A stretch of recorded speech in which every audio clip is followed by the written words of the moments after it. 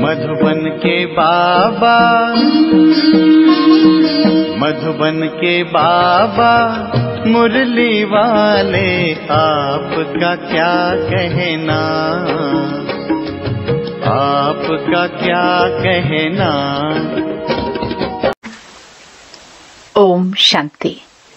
25 अक्टूबर 2024 बाबा के महावाक्य। मीठे बच्चे, बाप की एक नजर मिलने से सारे विश्व के मनुष्य मात्र निहाल हो जाते हैं। इसलिए कहा जाता है नजर से निहाल। प्रश्न, तुम बच्चों की दिल में खुशी के नगाड़े बजने चाहिए, क्यों? उत्तर, क्योंकि तुम जानते हो बाबा आया है सबको साथ ले जाने। अब हम अपने बाप के साथ घर जाएंगे। हाहाकार के बाद जय जयकार होने वाली है। बाप की एक नजर से सारे विश्व को मुक्ति, जीवन मुक्ति का वर्षा मिलने वाला है। सारी विश्व निहाल हो जाएगी। ओम शांति। रूहानी शिव बाबा बैठ अपने रूहानी बच्चों को समझाते हैं। यह तो जानते हो कि तीसरा नेत्र भी होता है। बाप जानते हैं सारी दुनिया की जो भी आत्माएं हैं सबको मैं वर्षा देने आया हूँ। बाप के दिल में तो वर्षा ही याद होगा, लौकिक बाप के भी दिल में वर्षा ही याद होगा। बच्चों को वर्षा देंगे। बच्चा नहीं होता है तो मूंझते हैं, किसको दे, फिर एडॉप्ट कर लेते हैं। यहाँ तो बाप बैठे हैं, इनकी तो सारी दुनिया की जो भी आत्माएं हैं सब तरफ नजर जाती है। जानते हैं सबको मुझे वर्षा देना है। भल बैठे यहाँ हैं, परंतु नजर सारे विश्व पर और सारे विश्व के मनुष्य मात्र पर है, क्योंकि सारे विश्व को ही निहाल करना होता है।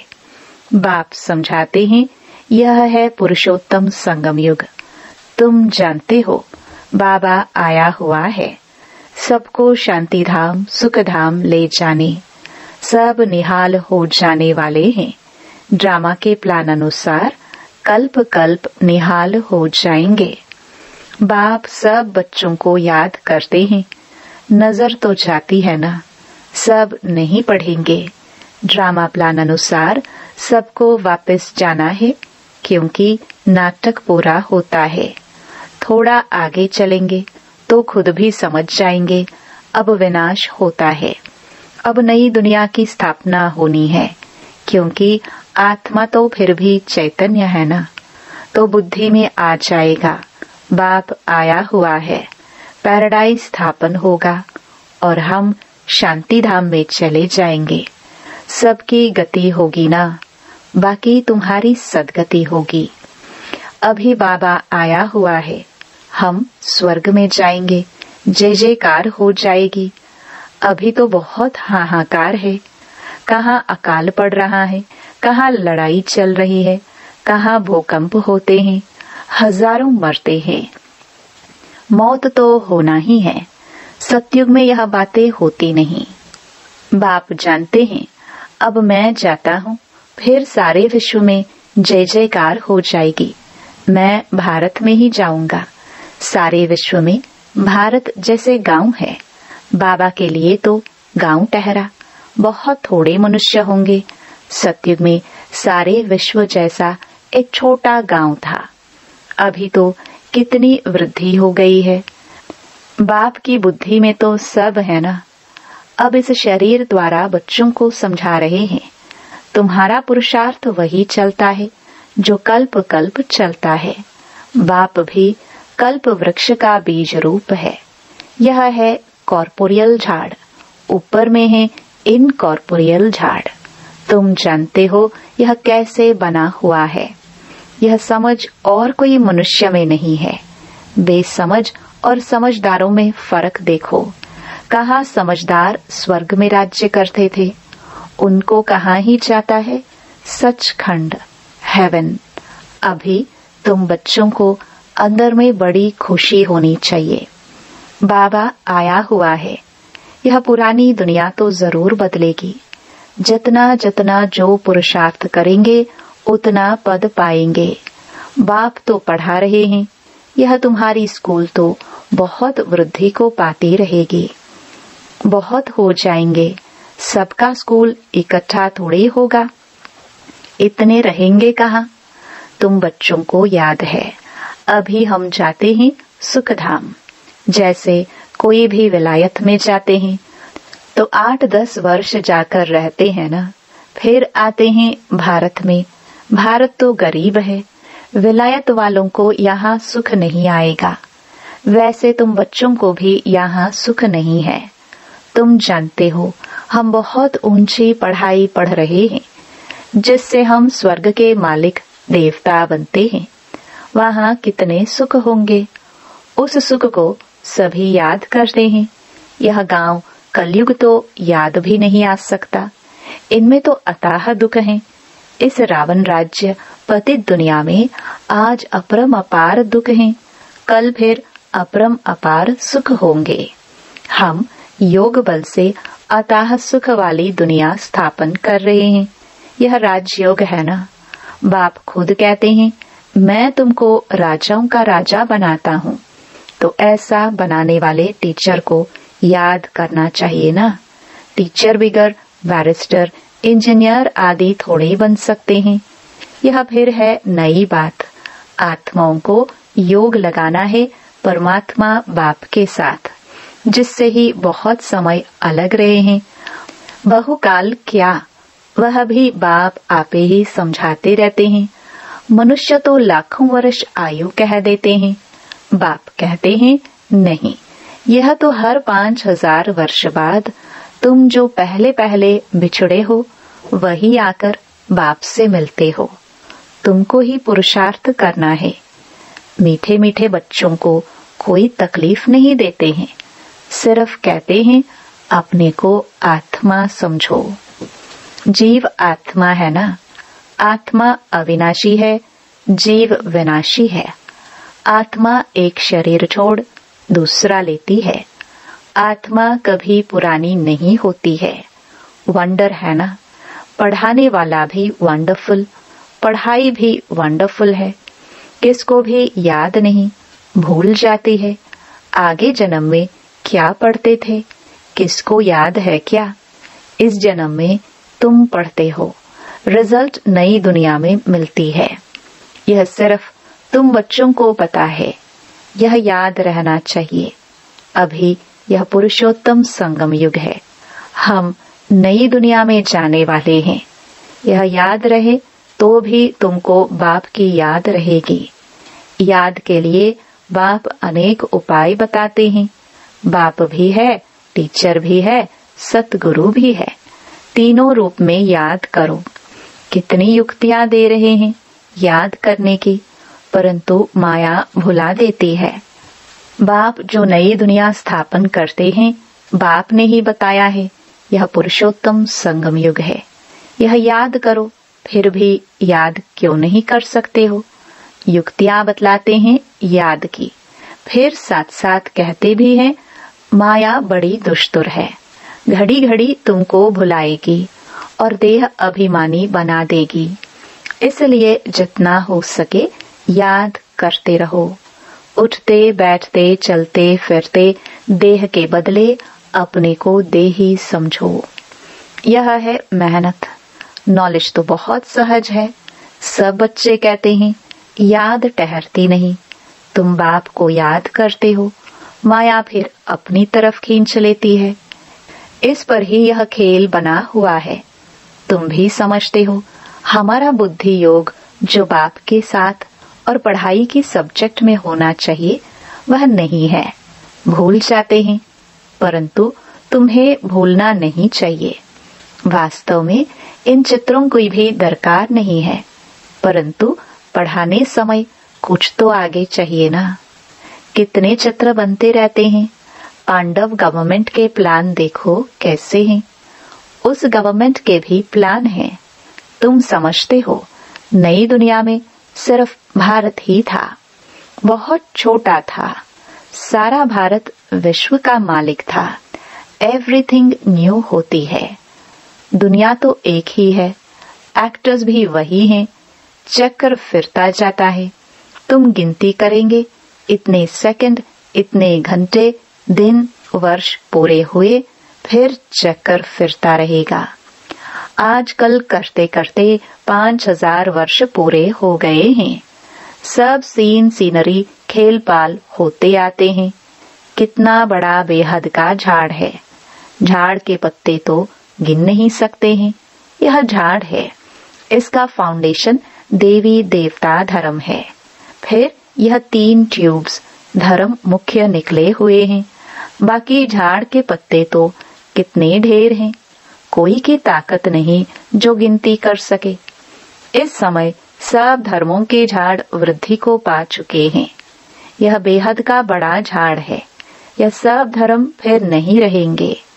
अभी सारा झाड़ खड़ा है, बाकी फाउंडेशन है नहीं। बैनियन ट्री का मिसाल बिल्कुल एक्यूरेट है। यह एक ही वंडरफुल झाड़ है। बाप ने दृष्टांत भी ड्रामा में यह रखा है समझाने के लिए। फाउंडेशन है नहीं तो यह समझ की बात है। बाप ने तुमको कितना समझदार बनाया है। अभी देवता धर्म का फाउंडेशन है नहीं, बाकी कुछ निशानियां हैं। आटे में नमक, प्रायः यह निशानियां बाकी रही हैं। तो बच्चों की बुद्धि में ये सारा ज्ञान आना चाहिए। बाप की भी बुद्धि में नॉलेज है ना। तुमको भी सारा नॉलेज दे। आप समान बना रहे हैं। बाप बीज रूप है और यह उल्टा झाड़ है। यह बड़ा बेहद का ड्रामा है। अभी तुम्हारी बुद्धि ऊपर चली गई है। तुमने बाप को और रचना को जान लिया है। भल शास्त्रों में है, ऋषि मुनि कैसे जानेंगे। एक भी जानता हो तो परंपरा चले, दरकार ही नहीं। जबकि सदगति हो जाती है, बीच में कोई भी वापस नहीं जा सकता। नाटक पूरा हो तब तक सब एक्टर्स यहाँ होने हैं। जब तक बाप यहाँ है, जब वहाँ बिल्कुल खाली हो जाएंगे तब तो शिव बाबा की बारात जाएगी। पहले से तो नहीं जाकर बैठेंगे तो बाप सारी नॉलेज बैठ देते हैं। यह वर्ल्ड का चक्र कैसे रिपीट होता है। सतयुग, त्रेता, द्वापर, कलयुग, फिर संगम युग होता है। गायन है, परंतु संगम युग कब होता है यह किसको पता नहीं है। तुम बच्चे समझ गए हो 4 युग हैं। यह है लीप युग। इनको मिडगेट कहा जाता है। श्री कृष्ण को भी मिडगेट दिखाते हैं। तो ये है नॉलेज। नॉलेज को मोड़ तोड़कर भक्ति में क्या बना दिया है। ज्ञान का सारा सूत मुंझा हुआ है। उनको समझाने वाला तो एक ही बाप है। प्राचीन राजयोग सिखलाने लिए विलायत में जाते हैं।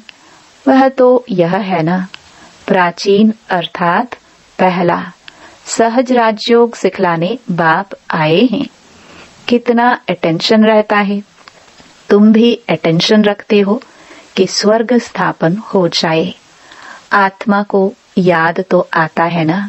बाप कहते हैं यह नॉलेज जो मैं अभी तुमको देता हूँ फिर मैं ही आकर दूंगा। यह नई दुनिया के लिए नया ज्ञान है। यह ज्ञान बुद्धि में रहने से खुशी बहुत होती है। बाकी थोड़ा टाइम है, अब चलना है। एक तरफ खुशी होती है, दूसरे तरफ फिर फील भी होता है। अरे ऐसा मीठा बाबा हम फिर कल्प बाद देखेंगे। बाप ही बच्चों को इतना सुख देते हैं ना। बाप आते ही हैं शांति धाम सुख धाम में ले जाने। तुम शांति धाम सुख धाम को याद करो तो बाप भी याद आएगा। इस दुख धाम को भूल जाओ। बेहद का बाप बेहद की बात सुनाते हैं। पुरानी दुनिया से तुम्हारा ममत्व निकलता जाएगा तो खुशी भी होगी। तुम रिटर्न में फिर सुखधाम में जाते हो, सतो प्रधान बनते जाएंगे। कल्प कल्प जो बने हैं वही बनेंगे और उनको ही खुशी होगी। फिर यह पुराना शरीर छोड़ देंगे, फिर नया शरीर लेकर सतो प्रधान दुनिया में आएंगे। यह नॉलेज खलास हो जाएगी। बातें तो बहुत सहज हैं। रात को सोते समय ऐसे ऐसे सिमरण करो तो भी खुशी रहेगी। हम यह बन रहे हैं। सारे दिन में हमने कोई शैतानी तो नहीं की। 5 विकारों से कोई विकार ने हमको सताया तो नहीं। लोभ तो नहीं आया। अपने ऊपर जांच रखनी है। अच्छा, मीठे मीठे सिखिलदे बच्चों प्रति माता पिता बाप दादा का याद प्यार और गुड मॉर्निंग। रूहानी बाप की रूहानी बच्चों को नमस्ते। धारणा के लिए मुख्य सार। पहला, योग बल से अथाह सुखों वाली दुनिया स्थापन करनी है। इस दुख की पुरानी दुनिया को भूल जाना है। खुशी रहे कि हम सचखंड के मालिक बन रहे हैं। दूसरा, रोज अपनी जांच करनी है कि सारे दिन में कोई विकार ने सताया तो नहीं, कोई शैतानी काम तो नहीं किया, लोभ के वश तो नहीं हुए। वरदान। वरदाता द्वारा सर्वश्रेष्ठ संपत्ति का वरदान प्राप्त करने वाले संपत्तिवान भव। किसी के पास अगर सिर्फ स्थूल संपत्ति है तो भी सदा संतुष्ट नहीं रह सकते। स्थूल संपत्ति के साथ अगर सर्व गुणों की संपत्ति, सर्व शक्तियों की संपत्ति और ज्ञान की श्रेष्ठ संपत्ति नहीं है तो संतुष्टता सदा नहीं रह सकती। आप सबके पास तो यह सब श्रेष्ठ संपत्तियां हैं। दुनिया वाले सिर्फ स्थूल संपत्ति वाले को संपत्तिवान समझते हैं, लेकिन वरदाता बाप द्वारा आप बच्चों को सर्वश्रेष्ठ संपत्तिवान भव का वरदान मिला हुआ है। स्लोगन।